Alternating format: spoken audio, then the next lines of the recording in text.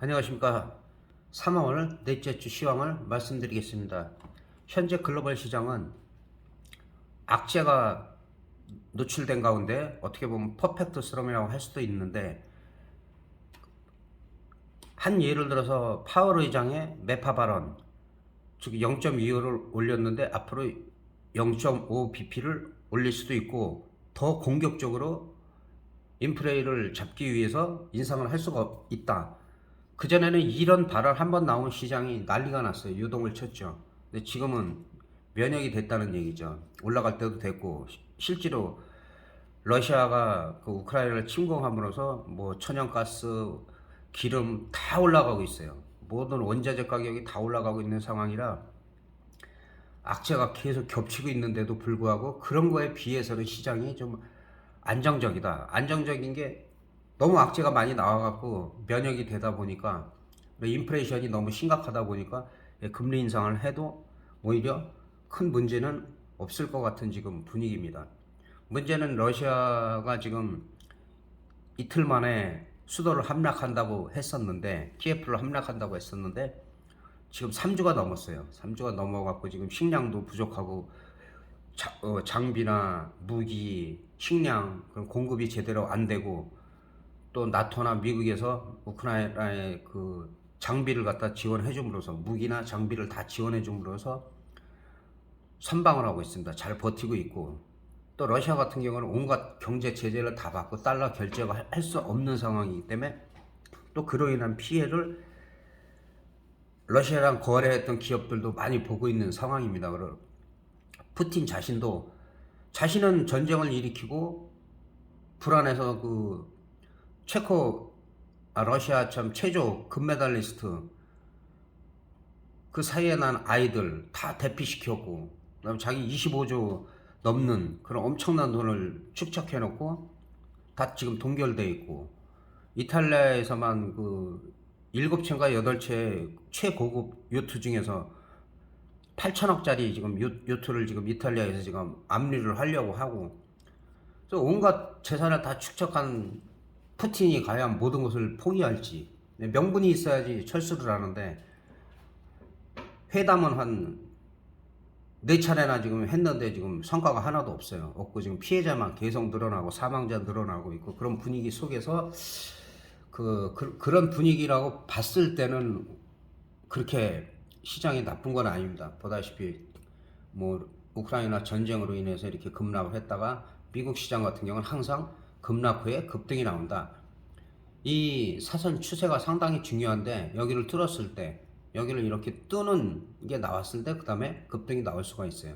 지금으로서 보면은 35,000짜리 다우지수는 지금 35,000짜리를 뚫었다고 다 지지선을 뚫은 게 아니라 뚫고 다시 내려왔을 때, 여기가 지지가 될 때가 그 다음에 이제 34,800이건 35,000에서 지지가 됐을 때, 이제 그 다음에는 이제 35,500, 600 이렇게 갈 수가 있는 겁니다. 그래서 2분기에는 뭐 한 36,000까지도 뭐 큰 악재가 없다면, 어떤 악재가 갑자기 돌발 악재가 생길 수가 있기 때문에 그런 부분을 주식하시는 분들이나 특히 파생하시는 분들은 더 신경을 쓰시면서 시장을 대응을 하시면 좋을 것 같습니다. 그리고 우리 시장 같은 경우는 좀 반등이 좀 미약하죠. 그리고 아직까지 우리는 박스권에서 계속 등락을 거듭하고 있습니다. 그래서 2820, 아무리 안 돼도 2780을 늘 말씀드리지만은 언제 올라오느냐. 이게 올라와서 이게 다음 주라도 터치라도 하고 내려가면은 좀 난데, 지금 이 박스권을 전혀 지금 돌파하지 못하고 있어요. 제가 이 부분에서 눌리고 계속 횡보 조정이 거듭될 것 같다. 근데 그게 생각보다 지금 길고 있어요. 길고, 우리 시장 같은 경우는 이번에 당선자가 윤석열이 당선이 되면서 북한에서 지정학적 리스크가 생길 가능성이 있다라고 제가 미리 지속적으로 언급을 했어요. 근데 미사일을 지금 북한에서 지금 8차례 최근에 쐈는데, 그 중에서 이제 대륙간 탄도미사일을 이제 미국을 좀 긴장시키는 장거리 미사일이기 때문에 미국까지도 날아갈 수가 있기 때문에 그래서 계속 자극을 하고 있습니다. 그래서 우리나라가 큰 대응을 안 하다가 이번에는 또 공해상으로다가 또 미사일을 맞대응해서 발사를 했어요. 그래서 긴장감이 좀 높아지고 있고, 그런 지정학적 리스크는 또 중국과 대만도 있고, 또 여러 나라에서 그 분쟁이나 이런 갑자기 돌발 상황이 생길 수도 있는 그런 지뢰 폭탄과 같은 그런 나라들이 좀 몇 군데 있습니다. 그래서 지금 중국 같은 경우도 지금 대만을 침공 계획을 세웠다가 그게 노출이 돼서 이제 그런 부분이 러시아 경제 제재를 워낙 강하게 하니까 중국 같은 경우는 사실은 한 10년 동안 엄청난 성장을 했어요. 그 자본주의 돈이 많이 들어가고 기업을 세우고 나올 때는 그거 다 투자하고 설치하고 이런 거를 다 주고 나와야 되는 상황이에요. 그러다 보니까 중국이 좀 막대한 그 빈부 격차가 점점 심해지면서 또 경제 발전을 이뤘는데, 러시아와 같이 만약에 경제 제재를 중국에 했을 때는 중국은 좀 크게 타격을 더 많이 받을 수가 있기 때문에 아마 시진핑이 그런 부분을 고려하지 않을 수가 없을 거예요. 그래서 뭐 한번 건드려는 보겠죠. 건드려는 보는데, 워낙 지금 또 미국이나 유럽 같은 경우는 그런 내용을 다 알고 있기 때문에 아마 더 강력한 제재를 하고, 만약에 지금 러시아에서 지금 생화학 무기를 쓰고 있다, 그런 정황이 지금 포착이 돼 있는데 그게 사실로 드러나거나 또 핵무기를 뭐 위협을 하고 있는데, 만약 그런 상황까지 오게 되면 아마 미국에서는 가만히 있지 않을 겁니다. 그런 부분을 다 알고 있고, 뭐 3차 대전이 일어나면 안 되겠죠. 안 되겠지만은 러시아가 지금 조지아나 뭐 우크라이나만 염두에 두고 있는 게 아니라 여기서 성공을 하면 점점 뭐 발트 3국, 그다음에 이제 뭐 폴란드, 헝가리까지도 위협을 하는 상황이기 때문에 아마 그런 부분에 있어서 우크라이나를 대신해서 아마 대리전을 치르고 있는 그런 상황입니다. 그래서 지금 상황에서는 우리 시장 같은 경우도 이제 북한의 지정학적 리스크를 무시할 수가 없어요. 그래서 자꾸 도발을 하니까, 그래서 오랜만에 우리가 대응 사격을 했고, 그것도 대통령이 바뀌면은 그동안은 햇볕 정책 해가지고 계속 뭐 참고 퍼주고 계속 했는데, 아마 이번에는 좀 다르지 않을까, 이번 당선자는 좀 다르지 않을까, 약간 매파적인 우리도 그런 분위기가 있는 것도 필요하지 않을 땐가. 계속 퍼주고 남북 연락사무소 400억 넘게 우리 돈으로 지어놓은 거 다 폭파해도 말 한마디 못하고 그랬었는데, 너무 가만히 있으니까 줄 거 다 주고선도 계속 우리는 뺨만 맞고 있는 그런 상황이었습니다. 그래서 합리적으로 그거 우리가 지원도 해주고 할 때 그걸 받아들일 줄 알아야 되는데, 그걸 받아들일 줄 모르는 사람은 왜곡된 그런 생각을 갖고 있기 때문에 그런 쪽에 대해서 일방적으로 계속 뭐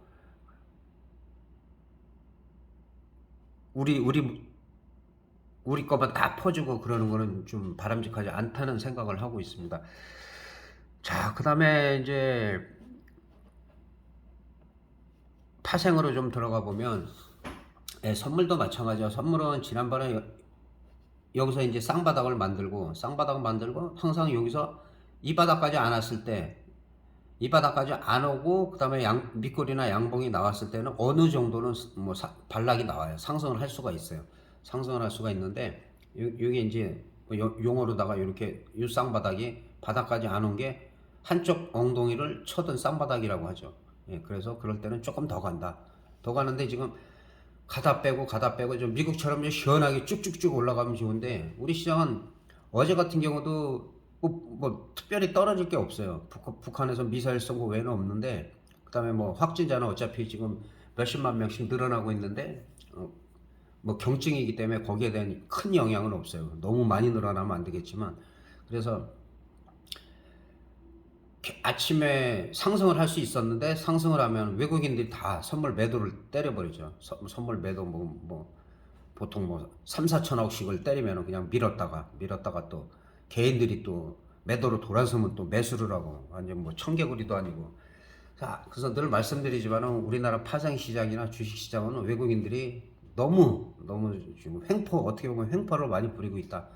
그러니까 거기에 대한 개인들이 대응할 수도 없고, 기관이나 투신이라든지 뭐 종금이라든지 여러 가지 그런 부분에 있어서 좀 일관성 있게 좀 대응을 해주면 좋은데, 그것도 자기네 그 이익에 반해서 해치를 하다 보니까 합상 전략을 다 자기네들 맞춰서 하다 보니까는 예, 그런 부분에서 완벽하게 뭐 외국인들하고 대응하고 그런 분위기는 나오지 않고 있어요.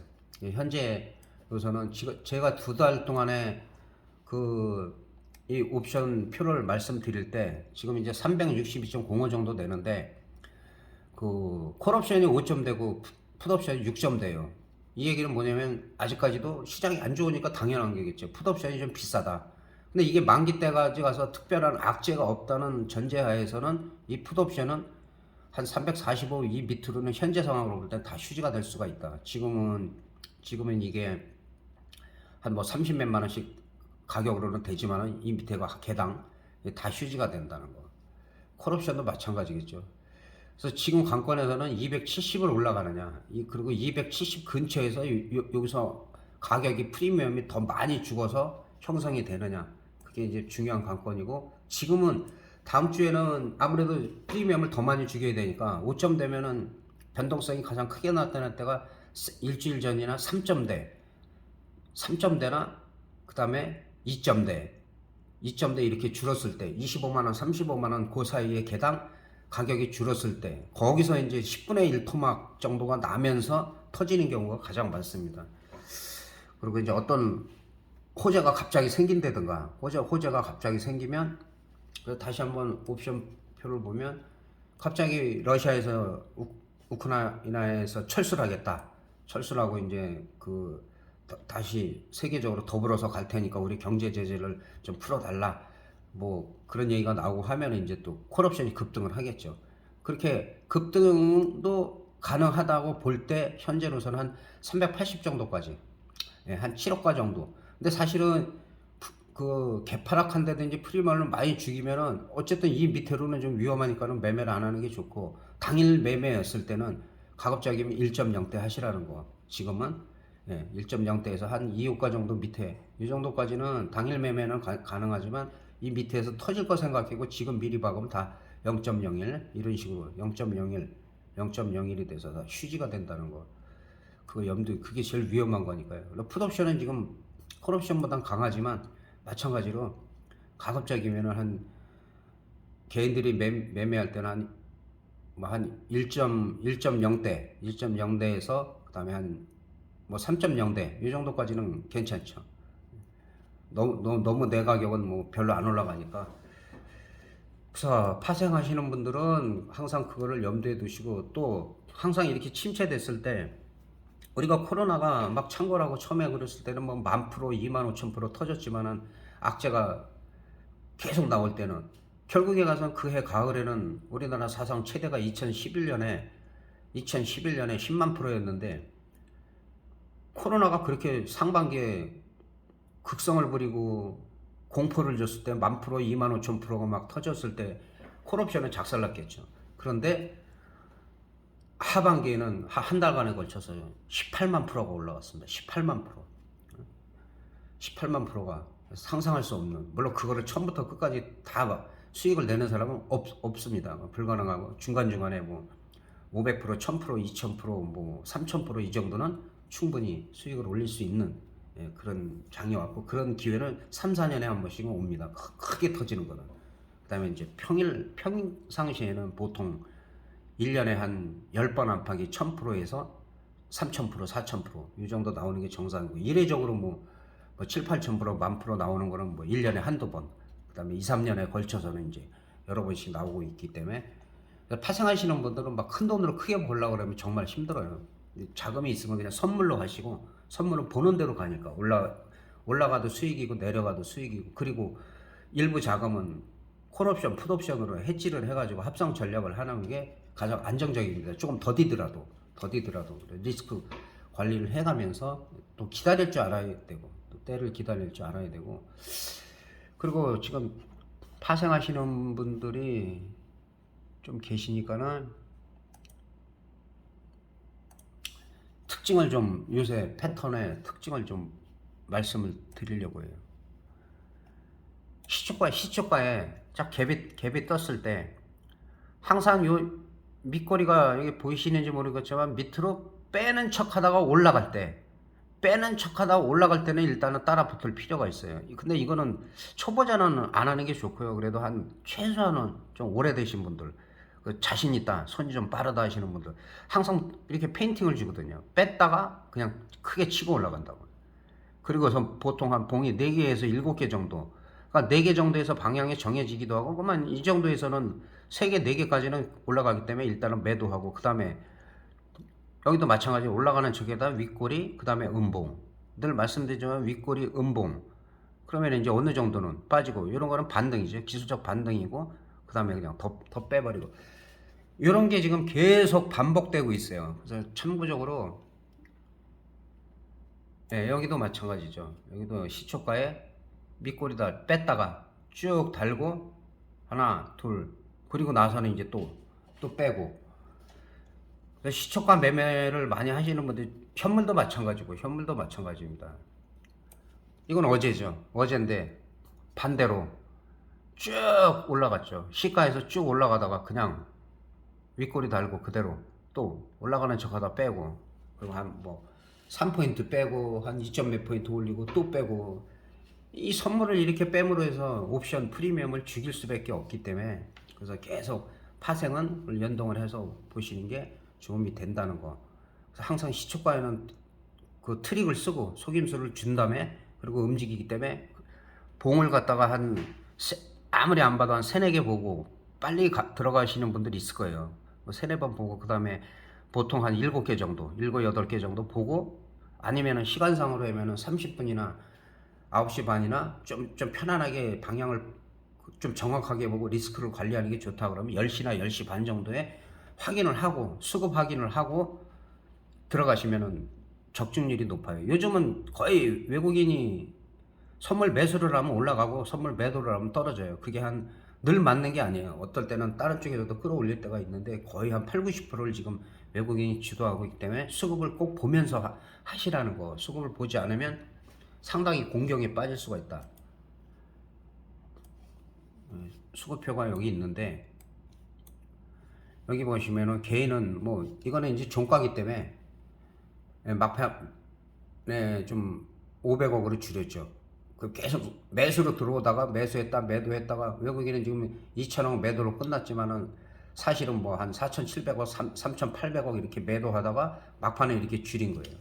막판에 줄인 거고, 그 다음에 이제 뭐 기관, 금융투자, 투신 이쪽에서는 계속 매수를 해도 외국인은 못 이겨요. 외국인이 응집력이 있기 때문에, 한 팀이 아니에요. 한 팀이 아닌데도 수십 개 이상이 되는데도 외국인을 못 이겨요. 그래서 항상 그런 부분을 파생하시는 분을 참고하시고, 그 다음에 한 다음 주 정도 흔들고 나면은 그 다음부터는 조금씩 특히 금요일 날 일인데 뭐 오바나잇보다는 월요일 날 개파락하면서 양풀이를 죽일 수가 있기 때문에, 거의 요새는 양풀이를 다 죽인다고 보는 분위기인데, 그게 끝나고 나면 이제 그때는 지난번에 설 전처럼 양매수 타임이 또 올 수도 있어요. 그래서 그런 부분을 참고하시면서 너무 원웨이만 고집하지 마시라는 거. 내가 뭐 콜로 간다 해서 몇 번 맞히면 계속 콜만 해서 콜맨이 되고, 풋으로 한번 수익을 크게 올리면 계속 풋만 노려갖고 풋맨이라고 하는데, 어느 정도 서로 선물도 하시면서 해지를 해나가서 조금 덜 수익 올리더라도,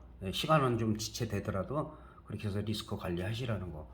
그래야지 파생 시장에서는 오래 견딜 수가 있고 기회를 잡을 수가 있습니다. 그리고 이제 주식은 요새는 뭐 좀 별로 좋지가 않기 때문에 몇 종목만 대표적으로 설명을 드리겠습니다. 대한항공입니다. 대한항공 지난주에 말씀드린 자리가 이 자리인데, 여기서 횡보라고 보시면 돼요. 횡보. 크게 나쁘지가 않다.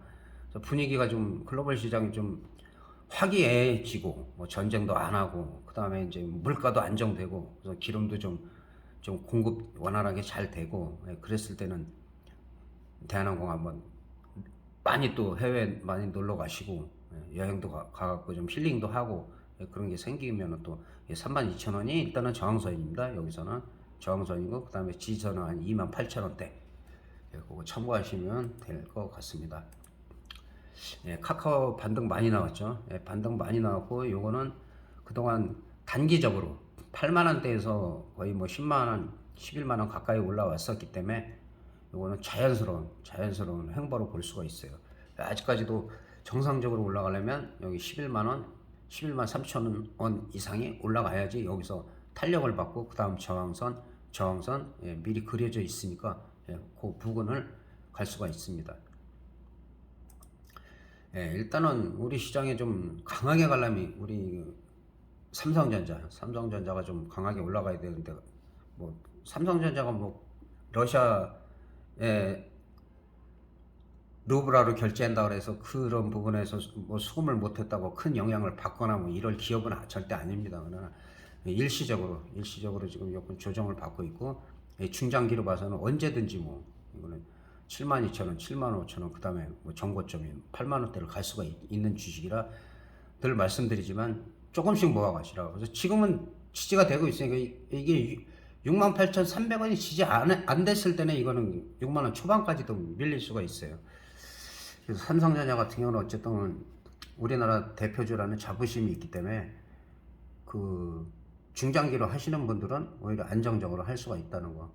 그다음에 LG 이노텍 같은 경우는 지난번에 이 자리가 지켜지면 괜찮다. 단기적으로 이 자리가 그 뒤로 꾸준하게 항상 이 눌림목이 있죠. 눌림목이 있다는 거는 할 수 있는 기회가 있다는 거예요.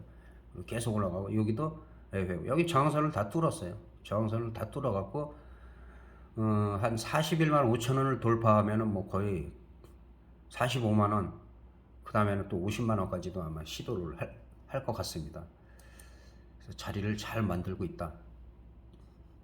그럼 마지막으로 기아. 뭐 다른 종목도 마찬가지죠. 다른 종목도 마찬가지인데 기아차 같은 경우도 지금 이 자리가 68,100원대네요. 68,100원대. 일단은 여기가 지지가 돼야 돼요.